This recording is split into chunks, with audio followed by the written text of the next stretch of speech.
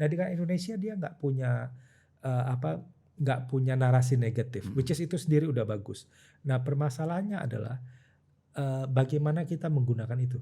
Sekarang dalam negosiasi soal membangun Gaza ini, kemudian muncul wacana sementara dibangun ini orang-orang Gaza ini tampung dulu saja di Indonesia. Itu dari mana itu?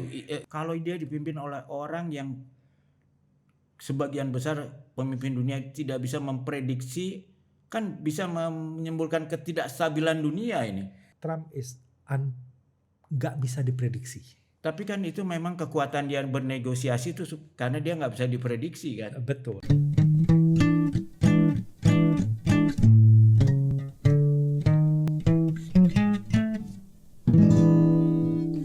Ngaso ngariung sore. Halo Mas Topo, Mbak Topo. Selamat apa nih ya? Terserah deh nontonnya kapan, siang, malam atau pagi. Tapi yang penting terima kasih nih sudah mengklik tontonan ini. Dan kali ini mungkin sangat menarik buat Mas Topo dan Mbak Topo yang tertarik bidang luar negeri. Ya. Karena kebetulan kita punya sumber yang masih hangat nih karena lagi berjuang menggapai gelar doktornya di salah satu universitas terkemuka di Amerika, di Johns Hopkins University ya, dan yang di cabang School of Advanced International Studies atau SAIS. Itu lokasinya di Washington DC supaya bisa ngintip langsung kegiatan-kegiatan di Washington DC ya. Dan juga banyak mahasiswanya juga banyak yang memang diplomat muda atau orang-orang yang memang terlibat, dan dosen-dosennya juga banyak orang yang pernah jadi pejabat. Jadi mereka nggak cuma belajar dari sisi akademis textbook, tapi juga bisa saling tukar pengalamannya yang dalam dunia nyata.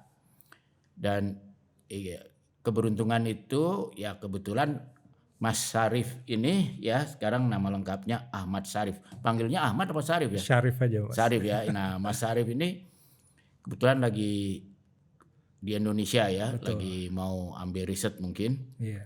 Pas di sini terjadi perubahan pemilihan presiden Amerika. Iya. Dan yang menarik yang naik Trump. Orang yang cukup kontroversial. Betul. Dan menariknya juga menangnya telak lagi ya. Telak banget. Menang tidak hanya dari college popular vote-nya menang, dan juga Senat dan Kongresnya juga menang ya. Iya. Dalam sejarah Amerika jarang sekali nih kejadian bisa kursi istana itu pada saat yang sama partainya juga menguasai di Senat maupun di Kongres. Biasanya warga Amerika tuh lebih suka kalau presidennya Partai Demokrat, mayoritas di Senat atau di Kongresnya Republikan dan sebaliknya. Tapi kali ini betul-betul semuanya seolah-olah dipegang ya. Mungkin kalau di kita ada koalisi Indonesia Maju yang sekarang jadi merah putih, sekarang di Amerika juga mirip seperti itu ya. Jadi koalisinya besar sekali sih. Betul. Nah, tapi ini ya ada yang berita yang paling hangat nih. Jangan-jangan meniru di Indonesia nih. Di Amerika yang Trump ini kan yang kedua kali ya, walaupun tidak berturut-turut. Kedua kali, dan harusnya dia cuma berkuasa 4 tahun. Betul. Tapi ini sudah ada anggota Kongres, namanya Ogles, dia mengusulkan supaya konstitusinya diamandemen. Supaya presiden yang sudah 2 kali tapi tidak berturut-turut masih boleh maju lagi jadi 3 kali ya, 3 periode nih. Ini gejala apa nih Mas Arif yang baru dari sana lama kok ada perubahan Amerika yang dulu menjadi contoh kita nih. Gimana Presiden George Washington yang ketika berkuasa tidak ada batasan masa jabatan, merasa udah lebih baiknya terbatas, dan kemudian disolidifikasi dengan amandemen konstitusi kedua-dua ya. Di Amerika jadi 2 jabatan saja. Sekarang kok seperti arus balik ini apa yang terjadi di Amerika. Iya, mungkin terima kasih sebelumnya, terima kasih udah mengundang saya, Iya, Mas iya. BAM. Mungkin pembicaraan yang ramai sekarang di di kampus-kampus Amerika atau sama juga sih Iya. dengan di Indonesia, ada semacam autocratic turn Iya. di Amerika sendiri yang tadinya demokrasi, liberal demokrasi Iya. secara spesifik menjadi cultural value di Amerika. Orang yakin bahwa itulah ideologi Amerika. Tapi sepertinya ada beberapa kelompok, terutama kelompok sayap kanan di Partai Republikan yang mulai berpikir bahwa sepertinya liberal demokrasi bukan satu-satunya cara untuk menjalankan negara. Dan mereka sebenarnya sudah berkembang dari zamannya Reagan, konservatif di tubuh Partai Republikan, tapi mereka menemukan momentumnya dengan Donald Trump. Ya, memang ada usulan itu baru beberapa hari yang lalu, usulan untuk memperpanjang atau mengizinkan Trump untuk dipilih 2 kali berturut-turut.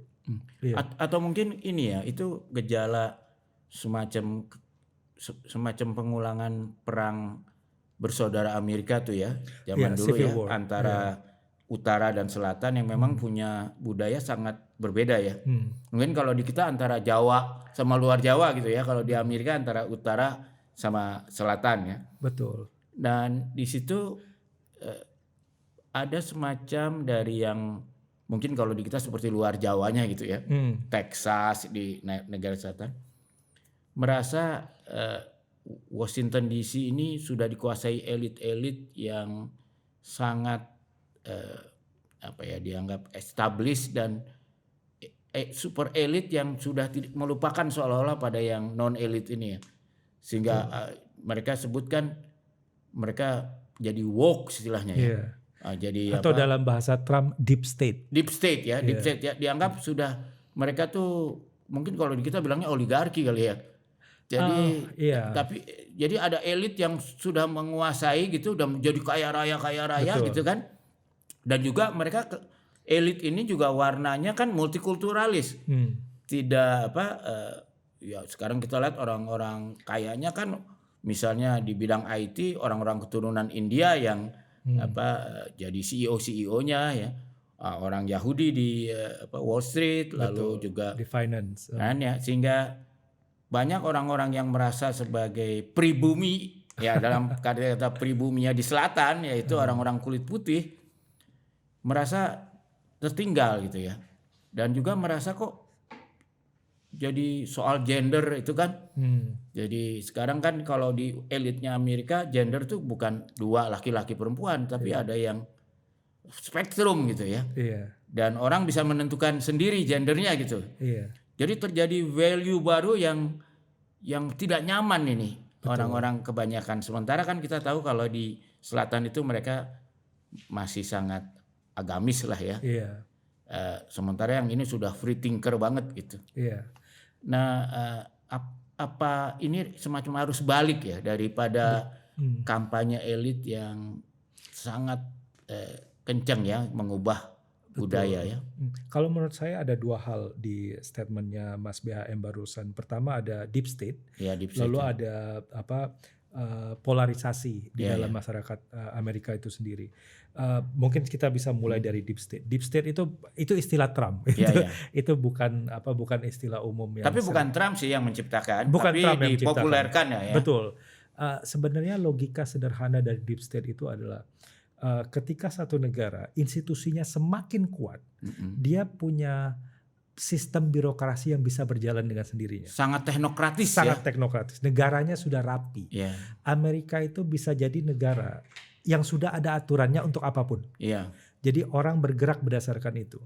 Nah, permasalahan enaknya punya sistem seperti itu, Mas BHM. Stabil ya. Stabil. Jadi kalaupun presidennya tidur, itu negara tetap berjalan dengan baik. Presiden nggak mereview banyak dokumen, negara tetap berjalan dengan baik. Kayak Reagan ya, dulu santai, negaranya maju ya. Tapi permasalahannya adalah ketika terjadi krisis di mana manual booknya belum ada, itu tidak ada kreativitas birokrasi. Nah, Trump melihat itu. Ada masalah-masalah. Saya mau ambil contoh kenapa deep state itu. Saya minta maaf kalau saya menggunakan istilah Trump, tapi maksudnya deep state itu adalah institusionalisasi state atau negara. Contoh paling baiknya adalah ketika Trump meminta negara-negara Eropa untuk membayar lebih untuk agreement di NATO, untuk partisipasi di NATO.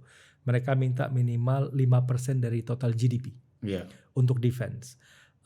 Menurut saya, kenapa perlu Trump yang meminta itu? Karena saya pengen ambil satu contoh. Kenapa Amerika mengambil peranan tinggi, menghabiskan begitu banyak APBN-nya untuk mendanai NATO? Karena mereka punya interest pada waktu itu. Karena itu kan warisan, warisan perang dingin, di mana Amerika punya ancaman yang eksistensial buat mereka. Ada mungkin Mas BHM tahu mengenai krisis misil di Kuba. Itu sangat menakutkan bagi Amerika.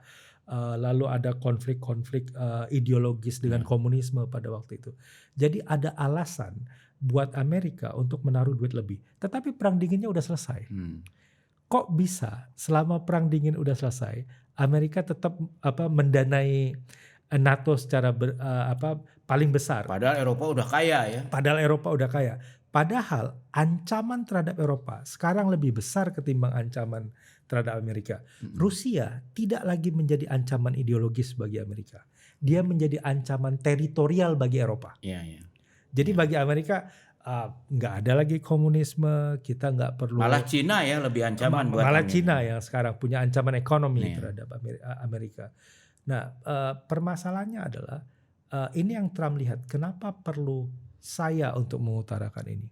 Kenapa nggak orang-orang di State Department sudah berpikir bahwa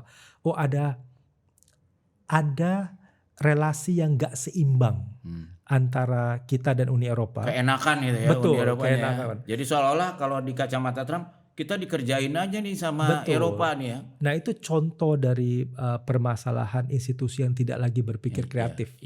Karena karena mereka udah punya manual book untuk semuanya. Sementara masyarakat lokalnya lihat kok kita buang uang begitu banyak bantuin orang luar negeri, padahal di dalam negeri sendiri homelessnya aja repot kan sekarang. Betul. Ada krisis homeless di Amerika luar biasa. Baik yang di East Coast gara-gara maupun di West opioid Coast. itu ya, kecanduan yang begitu besar. Akhirnya kalau kita ke San Francisco, betul. Itu bisa lihat perkampungan tenda-tenda di jalan itu ya, orang-orang yang kecanduan itu. Betul. Nah, itu yang pertama mengenai deep state. Yang kedua yang Mas BHM bilang mengenai polarisasi di Amerika. Itu polarisasi itu berjalan sangat lama di Amerika, dan ini bukan hanya masalah ras atau masalah kaya dan miskin, tapi ini juga masalah ideologi yang dipegang sebenarnya. Karena kedua belah pihak baik Demokrat ataupun Republikan, mereka ada yang pendukung orang kaya, ada yang pendukung orang miskin. Tetapi konflik polarisasi itu tidak berdasarkan akses terhadap ekonomi. Tapi mungkin ini ya, mungkin juga kan kalau dulu tuh Amerika ada kebanggaan sebagai the shining city on the hill ya, exceptionalism gitu. Betul. Dan sehingga selalu ada American Dream, di mana dia tuh pasti kalau mau kerja keras dia akan berjaya gitu kan. Betul. Tapi kalau kita lihat dalam mungkin semenjak era informasi ya, setelah industrialisasi selesai kan Amerika berjaya di era industrialisasi ini. Begitu mulai masuk era gelombang informasi, AI, tiba-tiba kita lihat bahwa banyak orang tua anak muda Amerika tuh nggak yakin bisa lebih baik lebih sejahtera dari orang tuanya kan. Betul. Kalau zaman dulu kan mereka walaupun lebih miskin tapi mereka yakin akan lebih maju dari orang tuanya sehingga mereka maju. Kalau sekarang ada semacam kehilangan harapan ya. Iya, karena sulit bagi orang-orang yang sekarang di Amerika berusia 25 sampai 40 tahun untuk dapat rumah ketimbang orang tua mereka. Iya. Karena harga rumah semakin mahal dan harga properti semakin mahal dan kenaikan gaji juga nggak signifikan. Dan terutama itu di kelas terjadi. menengah ya. Betul. Karena kalau kita lihat kan Tapi permasalahannya BHM, baik Partai Republik ataupun Demokrat, mereka menawarkan solusi yang berbeda iya. tentang oke, kita semua paham bahwa masalah Amerika sekarang adalah disparitas. Iya. Tapi solusinya yang antara Demokrat dan Republikan yang Tapi berbeda. kalau menurut saya mungkin lebih dari disparitas ada harapan. Jadi karena kan kalau generasi baby boomer ya, itu boleh dikata cukup suaminya aja yang kerja, istrinya urus rumah tangga, anak-anaknya bisa mereka biayai sampai lulus universitas, punya rumah, punya mobil, punya tabungan. Betul. Tapi generasi yang sekarang kan udah suami istri bekerja, ternyata masih punya utang dari ketika kuliah ya kan. Student debt. Ya, kemudian susah untuk punya rumah dan sulit untuk berharap anaknya bisa lebih sejahtera dari mereka gitu ya. Betul. Jadi ada kehilangan harapan dan itu sebabnya motonya dari Trump yaitu gerakan yang disebut MAGA, Make America Great Again. Nah, itu kan ada again. Jadi dia semacam nostalgia ya. Dulu kita mau Amerika keren seperti dulu lagi gitu. Betul. Dan itu sangat populer sehingga dia dapat menang dengan begitu besar. Betul. Itu resonance istilah simple moto seperti MAGA itu resonance di banyak Americans bahwa dulu mereka lebih hebat gitu betul, ya. hidup lebih baik. Iya. Dan era-era itu kan dibayangkan kayak contohnya era Ronald Reagan. Iya. Dalam beberapa kasus eranya Nixon, mereka membayangkan itu era keemasan American family. Iya. Ya, jadi warga negara Amerika yang berkeluarga itu adalah era-era itu di mana akses terhadap ekonomi menjadi lebih baik. Dan pada saat yang sama Mas BHM, kita melihat kemunduran di Partai Demokrat. Narasinya tidak berubah. Kayak saya ada hal yang sangat unik ketika kampanye kemarin. Ketika Trump membicarakan masalah inflasi. Oh ya, pertama kita harus disclose dulu bahwa ekonomi Amerika under Joe Biden sangat baik. Ya sebetulnya sangat baik, tapi 2,5%. kesannya di publik sangat buruk. Iya, karena ekonomi yang besar, tumbuh yang 2,5% untuk ukuran negara sebesar Amerika itu gede banget. Jepang tuh 0, something. Tapi inflasi yang dirasakan ya. Tapi inflasi yang efek dari itu yang disebabkan. Terutama inflasi yang sangat harga basic, makanan, harga makanan dan harga minyak. Ya. Betul. Nah itu. Karena orang Amerika kan kemana-mana naik mobil ya. Iya, jadi sebenarnya Biden punya performa ekonomi yang bagus, ada kebijakan itu. Tetapi permasalahannya adalah ketika kampanye, saya sangat bingung. Tidak ada orang Demokrat berusaha menjual itu. Yang mereka jual adalah saya nggak bilang itu iklim, salah, tapi gitu ya. hak aborsi. Hak aborsi. Iya, hal-hal yang sebenarnya tersier dalam kehidupan Amerika. Yang itu masalahnya kaum elit lah, Betul. Kaum elit yang udah kaya gitu. Betul. Ya. Mereka bukan berarti orang yang memilih Trump itu anti terhadap hak perempuan. Tetapi mereka tidak merasa itu yang harus dibicarakan lebih dulu. Ya itu kan terjadi karena orang Demokrat ini dikendalikan narasinya oleh orang-orang pintar yang udah kaya ini kan. Betul. Yang buat mereka mau harga beras atau harga makanan naik berapapun nggak terlalu masalah karena itu kecil ya. Mereka lebih mentingin soal inklusivitas, soal gender free, soal semua Me-tooism ini kan ya. Semua narasi yang Trump masukkan dalam kategori woke. Iya. Jadi itu kan sebetulnya narasinya orang yang sudah beyond basic lah ya. Iya.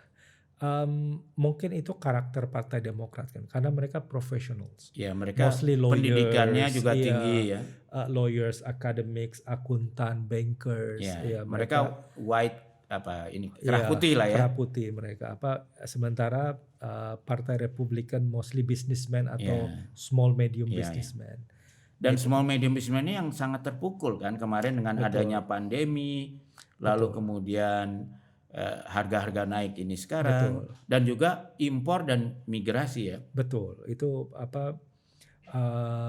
itu yang sebenarnya membuat Biden ketika dia menang dari Trump dia itu tidak banyak mencabut kebijakan-kebijakan Trump mengenai tarif. Ya. Karena dia Ya. karena dia tahu dia pengen memproteksi Ya. kebijakan domestik. Bahkan dia mengeluarkan kebijakan kayak IRA, Inflation Reduction Act sama CHIPS Act yang berusaha membawa balik pabrik-pabrik teknologi terutama dari China dan dari negara lain ke wilayah Amerika. Dan itu kebijakan yang baik. Tapi dalam Trump beberapa kan extent. banyak temennya di sini, ada Haritanu, ada siapa yang ketemu Trump juga itu Fadlizon ya kan, Iya, Pak Luhut, betul. dan bahkan putranya Trump itu kan sering sekali berada di Bali ya, Iya, ngurus hotelnya di Bali itu ya. iya. Itu apa enggak itu malah bagi pemerintah Indonesia sekarang bisa jadi akses ya? Itu sebenarnya gini, dalam membahas Trump, orang selalu menahan diri untuk menyebutkan Trump itu punya teman. Trump itu punya kenalan dan partner bisnis. Jadi orang bingung teman dia itu siapa sebenarnya. Teman dia itu hanya kalau yang pas satu kepentingan sama dia aja kan? Betul. Kayak dia datengin Perdana Menteri Italia itu kan? Betul. Iya kan? Iya. Dan menurut saya itu yang Dan Argentina tuh dia senang ya. dia merasa bahwa relasi dengan Trump tuh bakal sangat transaksional. Dan itu yang harusnya menjadi PR kita untuk mengetahui transaksi seperti apa yang Trump pengen. Tapi ini kan yang pasti yang Mas Topo, Mbak Topo pengen tahu tuh sebenarnya naiknya Trump tuh menguntungkan atau merugikan tuh bagi Indonesia tuh? Saya rasa agak sulit kita, itu bakal tergantung Mas BHM. Tapi paling enggak dia kenal Indonesia ya, karena dia punya investasi juga di sini. Betul, dia tahu Indonesia dan masalah bagusnya adalah dia nggak punya masalah dengan Indonesia. Jadi beda dengan dia berapa kali mengkritik Vietnam karena impornya ketinggian, dianggap sebagai ruang masuk produk China, atau dengan Meksiko, dengan Greenland dan Denmark sekarang. Nah dengan Indonesia dia nggak punya narasi negatif, which is itu sendiri udah bagus. Nah permasalahannya adalah bagaimana kita menggunakan itu. Tapi itu ketika sekarang dalam negosiasi soal membangun Gaza ini, kemudian muncul wacana sementara dibangun ini orang-orang Gaza ini tampung dulu saja di Indonesia, itu dari mana itu? Saya tidak bisa berbicara banyak mengenai itu karena dengarnya tuh gimana? Sumbernya aja kan kita bukan dari Trump itu ya? Bukan, saya rasa itu bukan dari Trump langsung karena saya coba cari apakah ada statement langsung dari Donald Trump mengenai itu, sepertinya tidak ada. Atau karena kita ada rumah sakit Indonesia di sana? Mungkin, tapi bisa jadi juga ada beberapa orang yang punya inisiatif di dalam lingkaran Trump yang berpikir, oh ya udah bisa dipindahin ke Indonesia. Kita belum punya informasi. Tapi itu kan berbahaya sekali, nanti nggak bisa balik mereka kan? Saya rasa itu tujuan. Itu artinya kita mendukung genosida kan? Iya, kita relokasi orang berarti. Iya itu berarti kan betul. Ya kalau bisa balik, kalau nggak bisa balik kan artinya mendukung genosidanya Israel. Kalau saya jadi Kementerian Luar Negeri, saya akan bilang ada yang lebih dekat. Itu kan ada illegal settler tuh udah bangun 170.000 rumah yang gede-gede tuh. Yang muat 700.000 illegal settler yang oleh seluruh dunia dianggap ilegal. Yang di tepi barat. Itu aja yang jadi penampungan sementaranya orang-orang Gaza sampai 2 juta, saya kira cukup tuh kan, rumah gede-gede banget kan. Betul. Sementara kampung si Gaza kan rumahnya kecil-kecil tuh. Iya, mereka apartemen. Dan mereka kan tinggal bisa naik mobil aja atau jalan kaki bahkan. Bisa itu dari rumahnya settler balik ke settler di tepi barat mostly kan. Iya, tepi barat banyak kan, nggak jauh juga di sana. Betul. Saya pernah soalnya terbang keliling Israel naik helikopter tuh bisa sehari, sesiang aja bisa. Maksud saya itu kan lebih masuk akal gitu ya. Betul. Jadi kita bilang aja daripada gitu udahlah itu aja illegal settler itu rumahnya disewain dulu atau gimana. Betul. Nah tapi ada satu hal yang saya nggak tahu gimana sikap Indonesia ya. Banyak orang nggak paham misalnya orang-orang di Gaza juga di Lebanon bahkan di Syria yang orang-orang Palestina yang di kampung pengungsi itu baik di tepi barat maupun di Gaza tinggal di itu kan yang dibangun oleh PBB itu gedung-gedung itu kan tiap tahun itu sumbangan dari seluruh dunia ya, dari warga dunia. Kan yang paling besar itu dari Amerika selalu, bahkan kadang-kadang bisa lebih dari separuh. Kalau di zaman Trump ini bisa dicabut ini. Karena kan dari WHO aja dia keluar, UNESCO dia Bisa nggak mau jadi. bantu. Kalau itu dicabut, siapa nih yang ngisi ini? Pak, saya rasa begini, Amerika itu komitmen itu kita bisa berpolemik mengenai itu. Tapi Amerika adalah negara yang tidak pernah keluar dari statement two state solutions.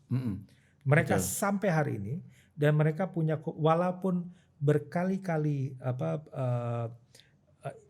kelompok konservatif di Israel berusaha mengambil alih tepi barat dan jalur Gaza, mereka selalu bilang enggak. Nah, cuma permasalahannya BHM, ini yang selalu jadi perdebatan penting. Saya pengen ambil contoh dulu. Ketika ketika Israel menyerang Lebanon tahun 80-an, itu Ronald Reagan menelpon presiden Israel pada waktu itu, bilang stop, itu genosida. Nah, itu strong message dari presiden Amerika. Nah, pertanyaannya sekarang adalah, kenapa tidak ada presiden Amerika melakukan hal yang sama setelah Reagan? Ya itu kan karena lobby Yahudi terlalu kuat di Amerika. Betul, itu orang bakal menjatuhkan itu kepada AIPAC, lobby Amerika. Tapi menurut saya ada hal lain yang jarang kita bicarakan, yang sebenarnya sangat penting dan mempengaruhi politik Amerika. Yang itu related sama pembicaraan kita pertama mengenai polarisasi. Growing conservatism antara Judeo-Christian di Amerika. Jadi ada kelompok yang merasa punya ikatan antara Yahudi dan Kristen di Amerika, dan mereka semakin konservatif dan semakin berpengaruh di dalam politik Amerika. Dan itu menggerakkan banyak orang di Partai Demokrat dan juga menggerakkan banyak orang juga di Partai Republik. Itu yang menurut hemat saya BHM jarang kita bicarakan. Itu yang bikin Biden atau presiden Amerika manapun tangannya terikat secara politik untuk melakukan saya yakin lah Biden. Bahkan di sana kalau ada anggota Kongres atau senator yang berani tidak mendukung Israel, itu kan dibiayai, siapa yang mau jatuhin dia dibiayai oleh AIPAC. Betul, kan? dan sukses di New York contohnya. Saya kembali tadi, saya yakin bahwa Biden, Blinken, mereka adalah orang yang desain kok. Mereka nggak nyaman melihat foto-foto serangan yang Israel lakukan di jalur Gaza. Dan kalau mereka bilang aja, kalau kamu nggak berhenti, saya berhentiin loh, ini senjatanya. Betul. Selesai juga udah kan? Betul. Itu dan itu kondisi yang sebenarnya membuat beberapa petinggi atau politisi di Amerika tidak bisa melakukan kebijakan yang mutakhir contohnya. Nah itu, tapi saya sendiri berpikir bahwa ini juga kombinasi antara Islamofobia terhadap terhadap potensi suatu wilayah yang dipimpin oleh komunitas Muslim atau dia punya relasi dengan Iran, atau bahasa yang lebih tepatnya adalah Iranofobia. Jadi satu hal yang ini kembali lagi mengenai institutionalism di State Department di Amerika setelah kasus penahanan diplomat Amerika di Teheran. Zaman Carter. Itu yang dijadikan alat kampanye politik oleh Reagan untuk menghajar Carter pada waktu itu. Dan dihidupkan lagi dengan film kan, sekarang baru keluar filmnya. Itu, Fargo apa namanya? Iya, kalau nggak salah ya. Largo.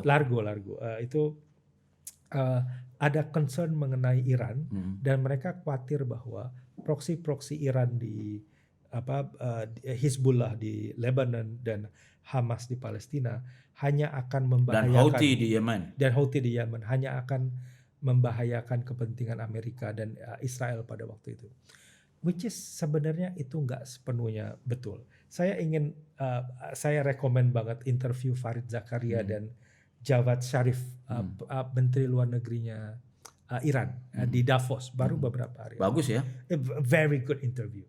Di situ Javad Zarif sebenarnya sedang mengatakan hal yang secara nggak langsung dia bilang kayak gini. Sebenarnya kita ini sudah bersiap untuk damai for years. Dan I give credit untuk Iranian regime, Mas BHM. Obama melihat itu. Kalau kita perhatikan, kalau kita bicara rezim di Iran, kita harus ngomongin Teheran dan Qom kan, dua kota yang punya kekuatan politik berbeda. Tetapi dua-duanya sepakat untuk tidak lagi mengizinkan presiden sekeras Ahmadinejad untuk menjadi presiden Iran. Semua presiden Iran setelah Ahmadinejad adalah moderate president dan willing to negotiate with the Americans. Itu Rouhani salah satunya, dan dia sempat call dengan Obama, dan itu yang kemudian perjanjian nuklir Amerika dan Iran yang kemudian dicabut oleh Trump ya. Oleh Trump under advice of Bolton. Itu yang sebenarnya ada missing opportunity, dan ini bisa jadi Dan Netanyahu pengen banget kan Amerika perang sama Iran kan. Oh betul, Netanyahu, semua hawkish itu mereka termasuk di Amerika sendiri.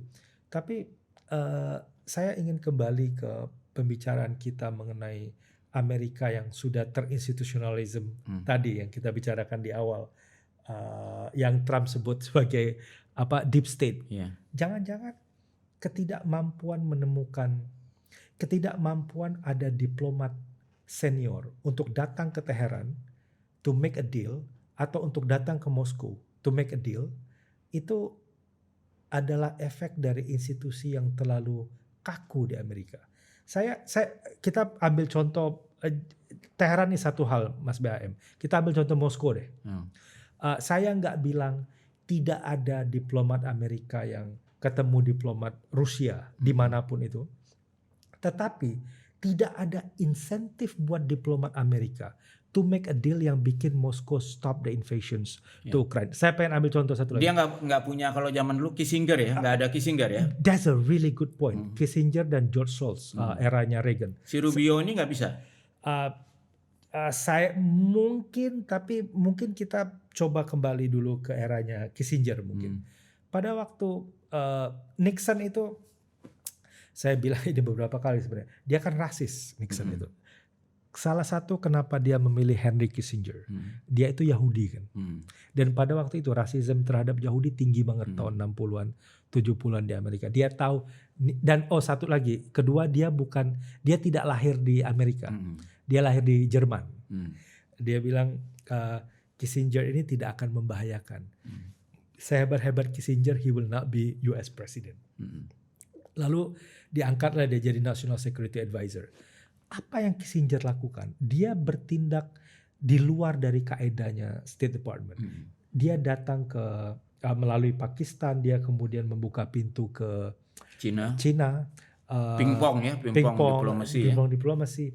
Yang sebenarnya China mengirimkan tentara untuk membantu Vietnam berperang dengan Amerika di Vietnam pada waktu yang sama. Tapi kemampuan itu, lalu itu kan disiarkan di TV.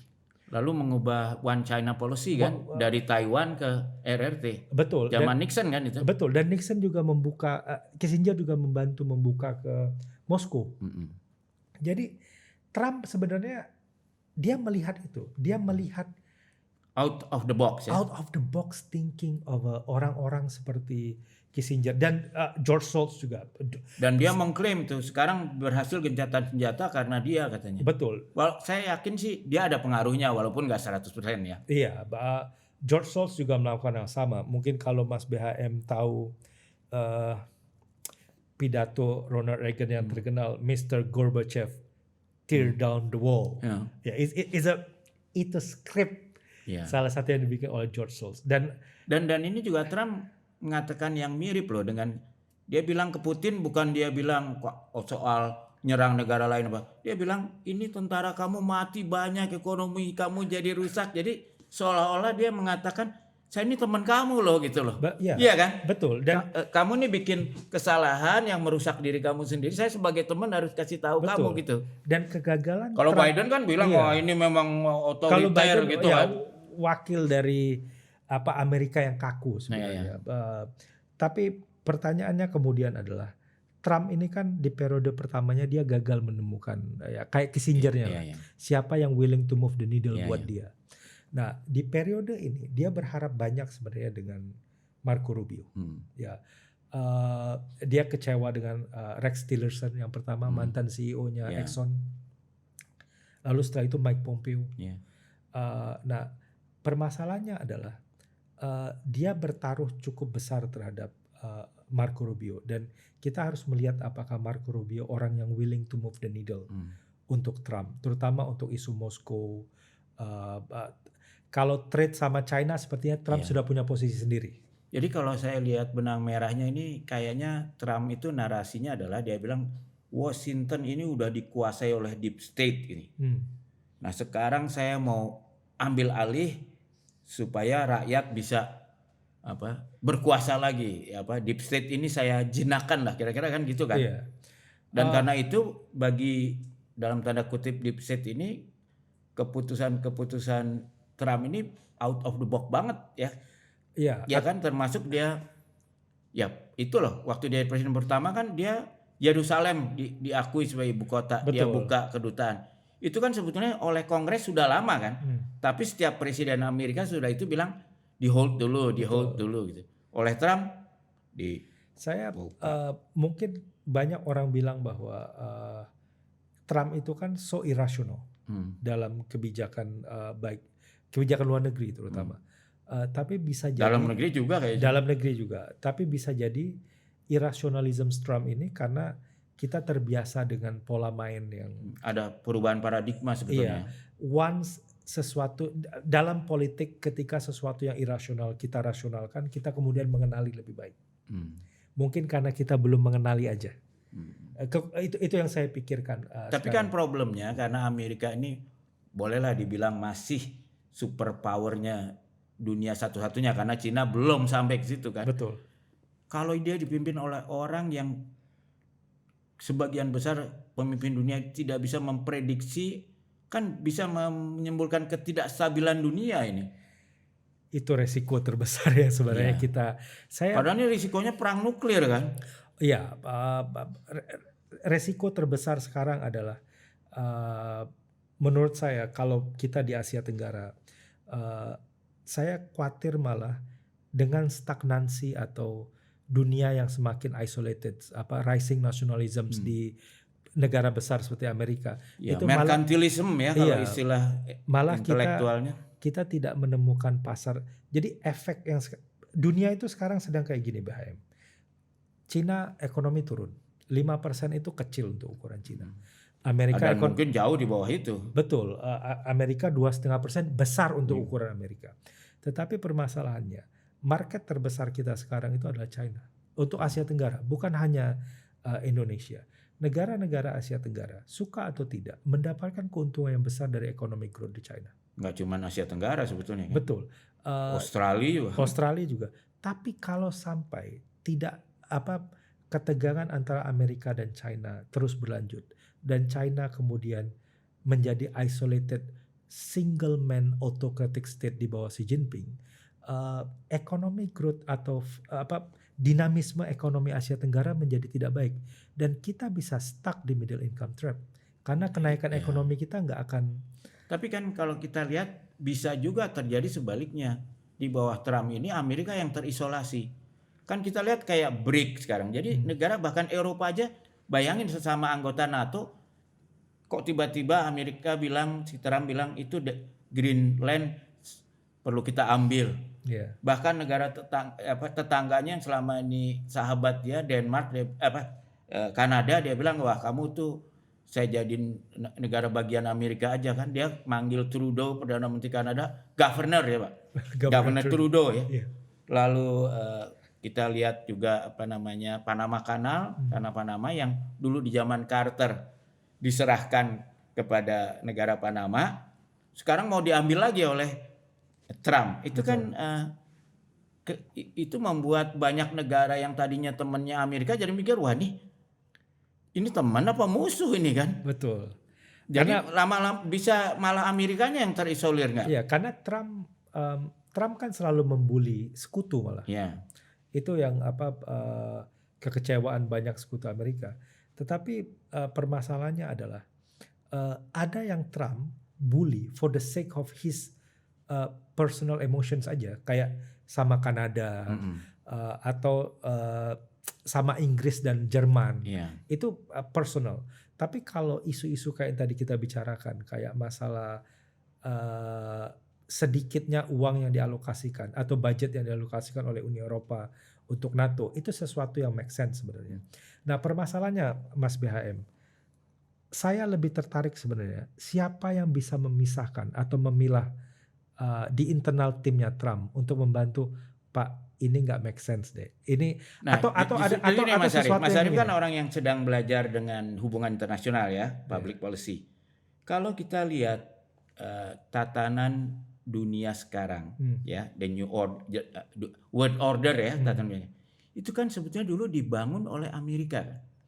Ya, melalui League of Nations, mula-mula Woodrow Wilson setelah Perang Dunia, Perjanjian Yalta, kemudian ada Washington Consensus, kemudian bikin Bank Dunia, Betul. bikin IMF, bikin PBB ya, dan semuanya tuh boleh dibilang organisasi WTO itu semua boleh dibilang itu yang pionirnya adalah Amerika, bahkan sebagian besar biayanya masih dari Amerika. PBB pun paling besar dari dananya dari.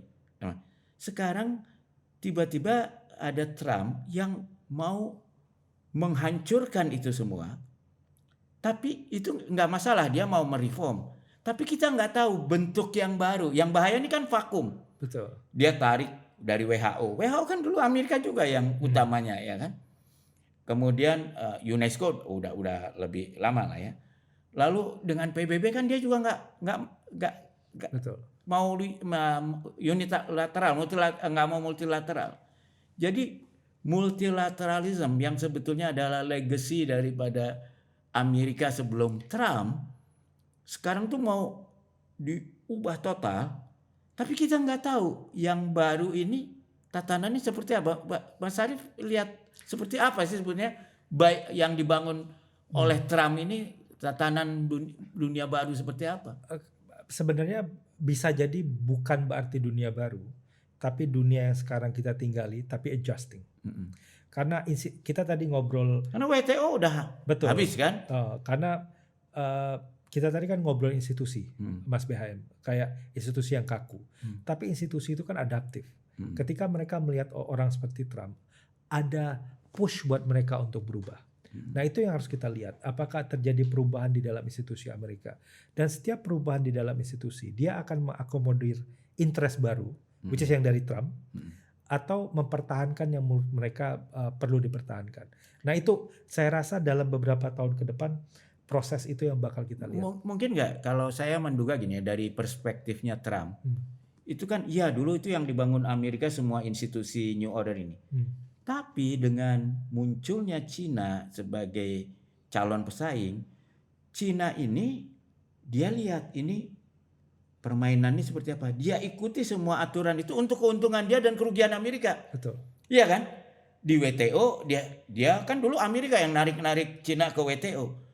Oleh Cina justru dipakai Jiu-Jitsu sehingga WTO itu menguntungkan dia, merugikan Amerika kan? Itu yang Trump bilang bahwa iya, kita seharusnya lihat kan institusinya nggak berhasil. Kita lihat PBB juga kan, World Bank sama IMF lah, kan pelan-pelan tuh Cina memperkuat posisinya kan, menaruh orang-orangnya sehingga lembaga-lembaga yang dibangun Amerika yang tadinya menjadi peralatan Amerika untuk mengatur dunia, malah ini sekarang dipakai dunia mengatur Amerika kan, kira-kira gitu. Betul. Deep state gitu kan. Itu yang Trump selalu bilang. Cuma Mas BHM itu menarik banget. Kalau saya boleh sedikit highlight.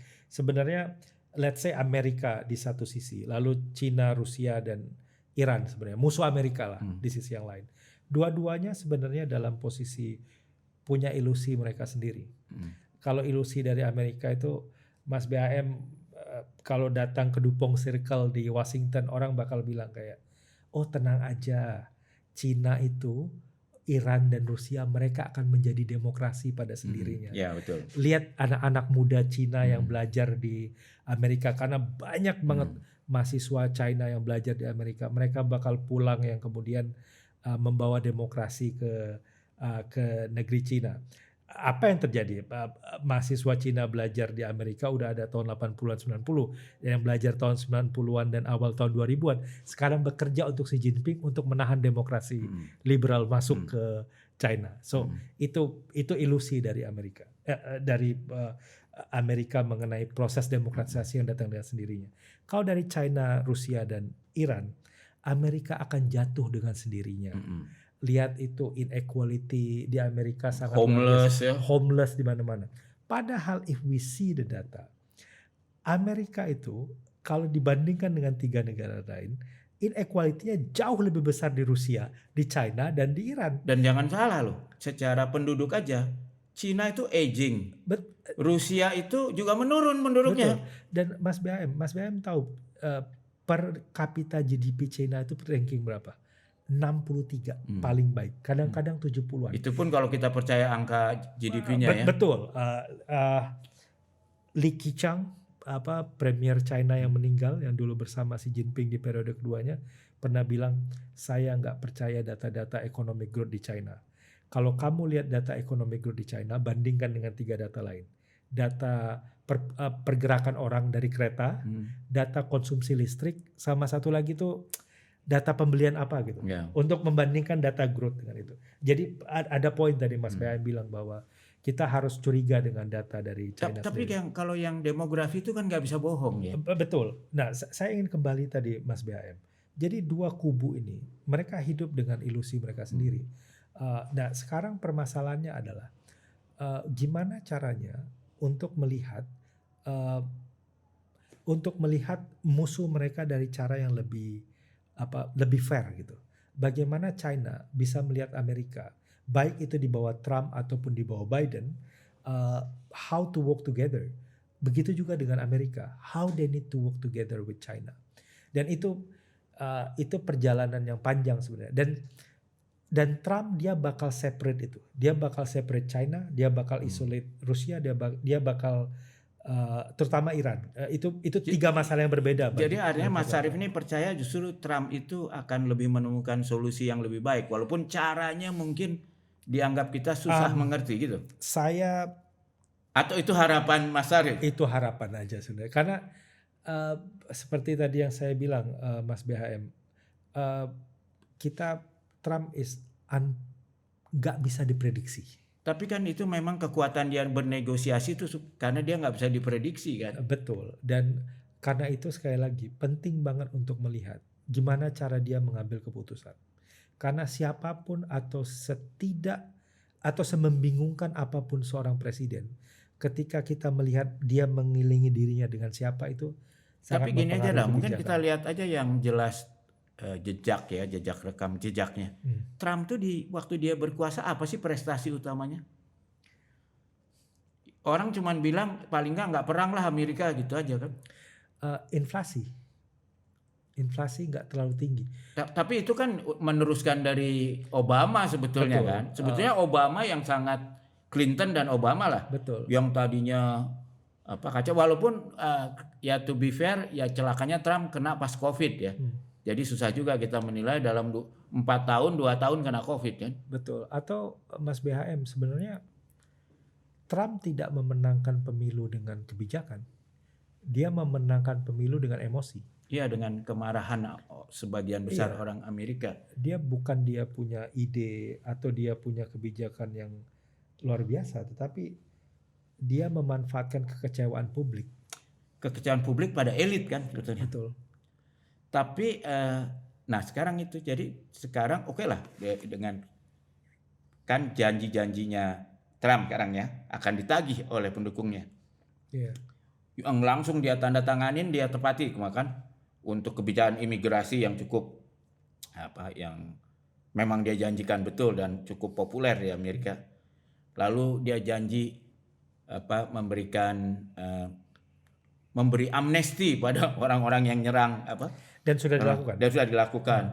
Lalu dia juga melakukan juga beberapa keputusan yang bahkan dianggap bertentangan dengan konstitusi, sehingga langsung oleh hakim soal hak kalau orang lahir di Amerika langsung otomatis warga Amerika dia cabut itu, tapi langsung dibawa hakim langsung bilang itu nggak bisa jalankan dulu sampai mungkin diputuskan di Mahkamah Agung. Tapi kan Trump ini pasti udah tahu itu. tapi dia merasa mungkin Mahkamah Agungnya itu udah 6 lawan 3 itu kan sebagian diangkat di zaman dia pertama dulu kan. Mahkamah Konstitusi atau Di sana kan Mahkamah Konstitusi sama Mahkamah Agung jadi satu gitu, ya. iya. Itu juga luar biasa loh kalau amandemen kedua Amerika dicabut ya. Iya. Itu akan mengubah juga persepsi dunia. Dunia kan sekarang pelan-pelan udah nganggap udahlah paling banyak 2 periode lah kalau punya mimpin. Ya. Lalu soal kelahiran di Amerika itu suatu yang suci ya. Nah, tapi maksud saya itu kelihatannya oke lah, dia udah tepati janjinya dengan menulis keputusan presiden itu bahwa nanti itu oleh pengadilan atau apa dia kan bukan salah dia. Tapi yang saya agak merasa dia berisiko itu kan dia janji inflasi. Lalu caranya dia ingin tapi dia bikin kebijakan akan memasukkan tarif. Tarif impor kan akan menaikkan inflasi kan. Betul. Tapi dia bilang dia akan lawan itu dengan menurunkan harga minyak. Sehingga semua hambatan untuk ngebor minyak di Amerika, dan Amerika sekarang kan produser minyak terbesar di dunia. Itu dia bongkar ya. Cuma kelihatannya kalau kita dengar banyak orang ahli minyak nggak segampang itu ya. Kalau dia bisa nurunin harga minyak ke 50 gitu, itu memang inflasi Amerika pasti otomatis turun karena yang terasa bagi pendukung Trump karena mereka pemakai truk terus beli barang ya. Tapi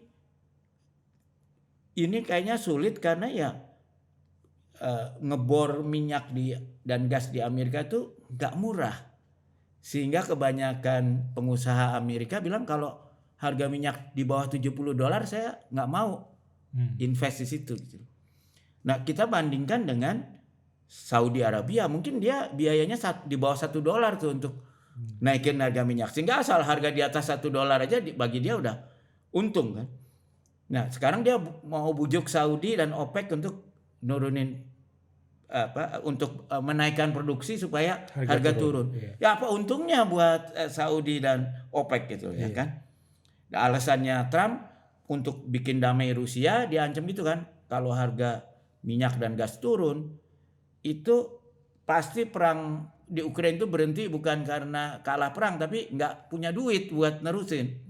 Ya kan? Itu kan teorinya Trump.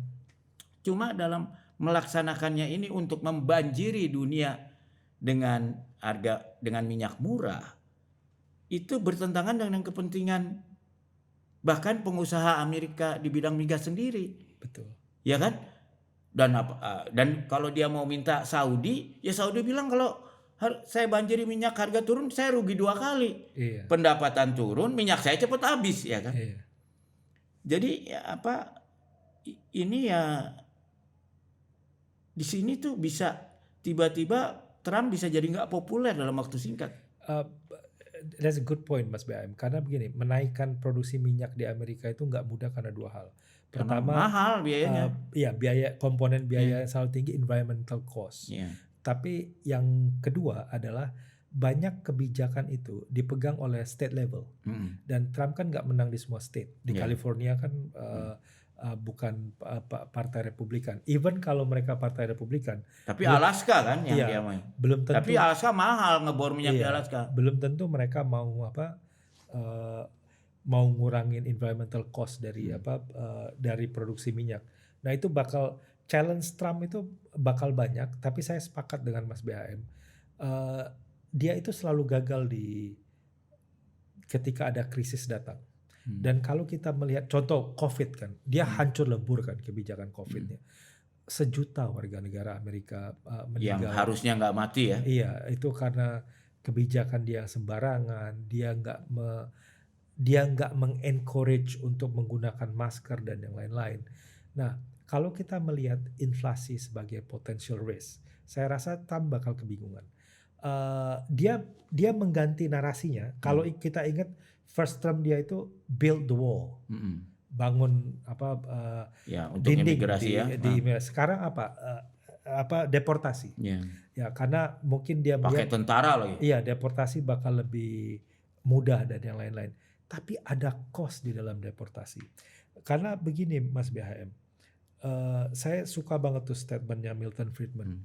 Kenapa orang Amerika suka illegal imigran dan Murah, kenapa? kan? Betul, karena nggak bayar insurance, Iya. nggak bayar pajak dan yang lain-lain. So saya curiga, walaupun kita nggak punya data, tapi ada beberapa penelitian yang menyebutkan di beberapa state tingginya illegal immigrant itu reduce inflations Mm-mm. for household. Hmm. Jadi harga makanan dan yang lain-lain tuh bisa relatif lebih murah. Nah, Trump bakal berhadapan dengan risiko itu. Saya rasa dia punya kemampuan dalam memanfaatkan emosi orang. Tapi dia tidak memiliki kemampuan dalam memproduksi kebijakan yang baik Iya. untuk kemaslahatan rakyatnya sendiri. Tapi ini kan yang berbahaya kalau negara superpower bertindaknya lebih secara emosional bukan secara rasional. Dunia yang lebih emosional ini padahal kan kalau katanya the winter is coming gitu ya. Kan sekarang bahaya perang nuklir makin naik, ya kan? Bahaya pemanasan global makin naik, ya kan? Itu resiko terbesar. Risiko pemanasan ya. global. Nah, bahkan kita lihat di California sekarang Hollywood aja hampir terbakar gitu ya. Jadi bayangin kalau negara garis pantai sehebat semakin naik, Amerika aja kewalahan ngadapin kebakaran ya. Gimana negara yang lain gitu loh. Jadi dalam kondisi di mana dunia ini semakin rawan, negara superpowernya yang justru diharapkan bisa memimpin dunia untuk menghadapi ini malahan menjadi contoh buruk gitu. Betul. Dia keluar dari perjanjian Paris. Ya, keluar dari Bukan WHO. cuma contoh buruk, Mas BAM. Itu bisa menjadi spillover effect kan. Jadi pemimpin-pemimpin di negara lain bakal melihat mungkin inilah ini contohnya. Nah, itu kita lihat kan di Argentina sekarang ya. Kita lihat kita lihat di Hungaria. Kita lihat di saya khawatir Indonesia juga terpengaruhnya dari sisi itunya gitu loh. Jadi tahu-tahu kita merasa juga kalau semua orang mikirin dirinya sendiri, kalau soal besok kan saya udah nggak berkuasa lagi. Yang penting senang sekarang. Ini kan semacam candu. Candu itu kan kesenangan seketika, tapi membinasakan sesudah gitu loh. Betul. Di masa yang lebih lanjutnya gitu. Nah ini mau nggak mau, kalau saya sih khawatir ini Trump menjadi pemimpin Amerika ini. Dan apa yang harus kita lakukan gitu, membuat kalau kata negara-negara Eropa anggota NATO juga, bagaimana membuat kebijakan kita tuh tahan Trump, Trump proof ya kan, atau Trump resilient gitu loh. Saya rasa kalau Uni Eropa sendiri speech-nya Macron tuh bagus banget bahwa kita nggak bisa lagi menyalahkan Trump ketika dia mau fokus ke negaranya sendiri. Kalau dia mau fokus ke Amerika. Sekarang gimana caranya Uni Eropa untuk fokus kepada dirinya sendiri? Apa ketahanan yang harus mereka bangun dengan kenyataan bahwa Amerika nggak akan selalu berada di samping mereka? Apa yang Uni Eropa harus bangun? Dan saya rasa diam-diam setiap negara juga mulai memikirkan itu. Nah, jadi kembali nih kalau kita berusaha jadi super optimis, kan krisis itu selalu terjadi dari bahaya, kombinasi bahaya dan peluang kan. Betul. Nah, kita tadi bicarain bahayanya. Sebenarnya peluangnya juga ada ya. Kalau menurut saya ini mengingatkan saya pada tahun 50-an ya. Ketika habis Perang Dunia Kedua selesai, muncul Perang Dingin. Solusi dari Indonesia adalah bersama India, meng-create gerakan non-blok supaya tidak larut dalam konflik yang nggak masuk akal sebetulnya. Betul. Ya. Nah sekarang nih kalau menurut saya peluang juga buat Indonesia sebetulnya, gimana kan Presiden Prabowo bilang semua kawan. Ya, mengingatkan kita ini justru peran sini Indonesia mungkin negara-negara yang kalau dulu non-blok, sekarang negara-negara yang menengah lah ya, negara-negara middle power ya. Indonesia, mungkin Turki, mungkin Malaysia. Malaysia masih terlalu kecil lah ya. Tapi ada Korea, Jepang, untuk bersama-sama ya menjadi buffer lah, memberi solusi yang lain ya. Karena kalau kita lihat misalnya dalam sengketa Cina di bawah Xi Jinping dengan Amerika di bawah Trump, kalau untuk lingkungan mungkin Cina sekarang jauh lebih baik. Ya. Dia kan mau meninggalkan batu bara. Betul. Ya, dia mau melakukan hutannya tambah banyak ya. Iya. Nah, sementara Trump malah cok baby drill ya. Sehingga tapi di sisi yang lain, sisi mungkin hak asasi manusia tetap Amerika jauh lebih baik daripada di Cina dan seterusnya. Jadi di sini kalau menurut saya tuh ibarat ada kembali ke era perang dingin baru. Kalau dulu dengan tirai besi, sekarang dengan tirai bambu.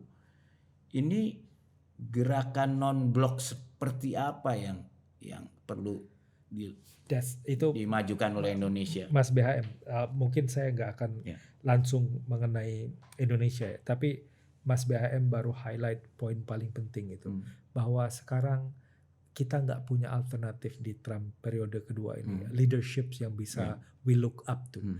Jangan lupa Mas BHM, periode pertama Trump ada Shinzo Abe. Shinzo Abe itu ketika Trump keluar dari TPP, dia tetap jalan.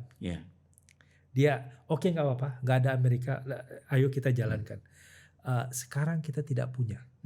Dunia tuh sedang tidak punya leader yang bisa menggerakkan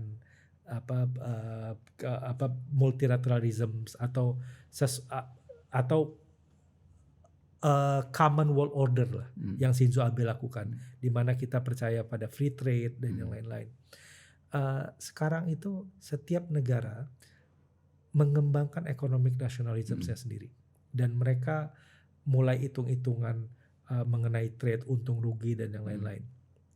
Kalau dulu orang bakal sangat terbuka dengan investasi, ayo masuk silakan ABCD, kita terima kita kasih insentif untuk investasinya. Tapi sekarang orang lebih punya banyak persyaratan untuk masuk di satu negara.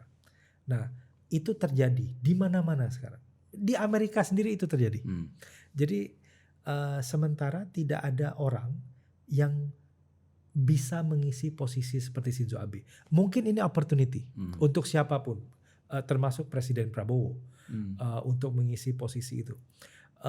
Tetapi siapapun yang bakal mengisi posisi itu, tentu dia memerlukan infrastruktur diplomatik yang kuat.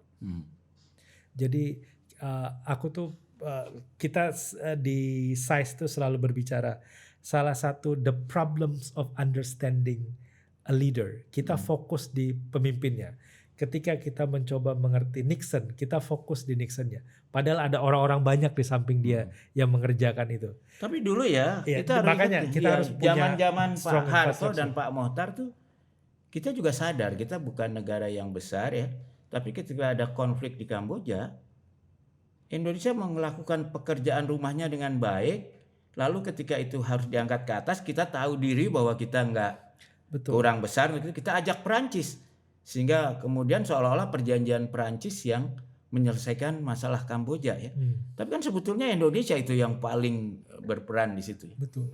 Dan juga ketika gerakan non-blok pertama konferensi Asia Afrika kan, kemudian kita mengajak ke rumah Tito dan sebagainya. Jadi saya kira termasuk juga terakhir Bu Retno di Myanmar juga punya peran penting. Jadi kita punya rekam jejak lah. Betul. Ketika dunia menghadapi polarisasi karena dua kekuatan utamanya berseteru, dan itu tidak baik bagi penduduk dunia, kita bisa ngajak semua yang lain untuk mendayung di antara dua karang ini dan memberikan solusi yang lebih masuk akal. Karena untuk dekolonisasi harus diakui Indonesia itu adalah pionirnya ya. Betul. Pionirnya ya. Dan walaupun sekarang PR terakhir ini kolonisasi Palestina ya. Kalau kita bisa bantu selesaikan itu menjadi satu catatan yang luar biasa. Tapi kita rupanya udah mau habis waktunya. Tapi bila bisalah kira-kira kalau boleh nih ya Mas Topo, Mbak Topo, ini saya renungkan dari Mas Syarif nih, ilmunya dari Amerika, kita coba bikin lebih sederhana ya. Kira-kira Trump ini adalah sebuah fenomena di luar fatsun ya. Ini adalah satu out of the box kejadian out of the box, bisa baik, bisa nggak baik. Tergantung bagaimana masalahnya. Walaupun kalau kita lihat rekam jejak Trump yang pertama, kita nggak bisa berharap terlalu banyak.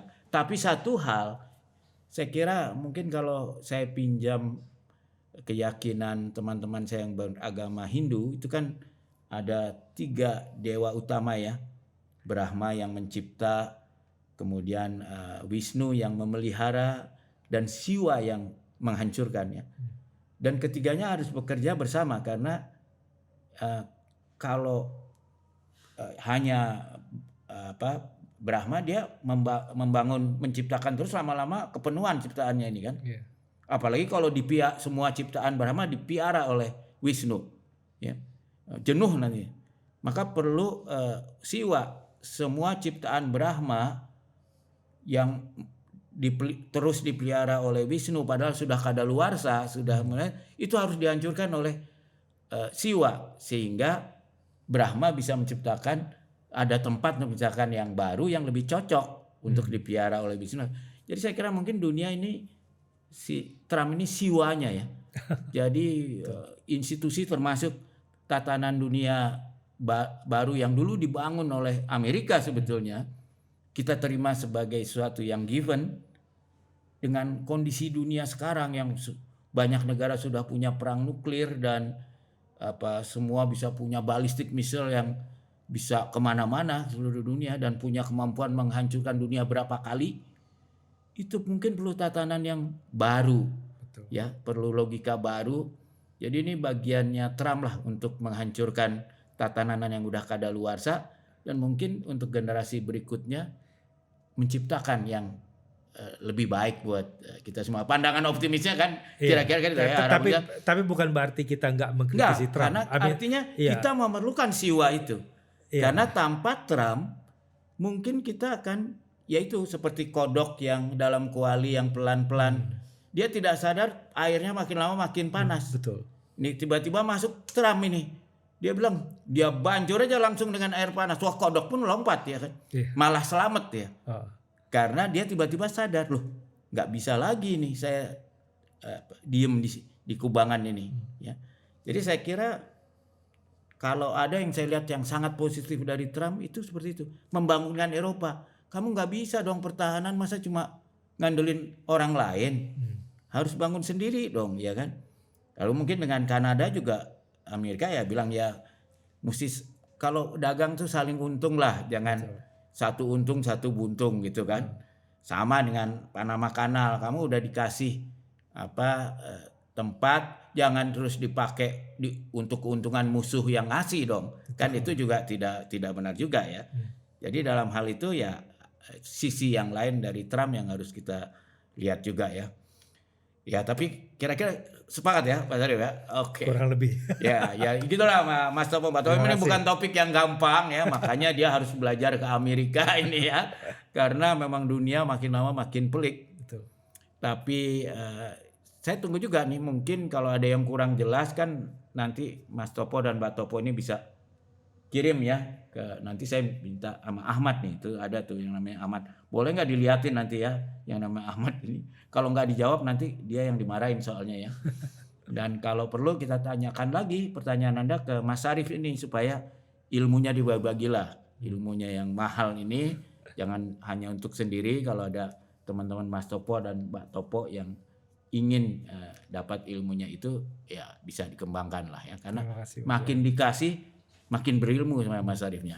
Kira-kira gitu ya. Terima kasih semua Mas Topo, Mbak Topo. Sampai jumpa lagi.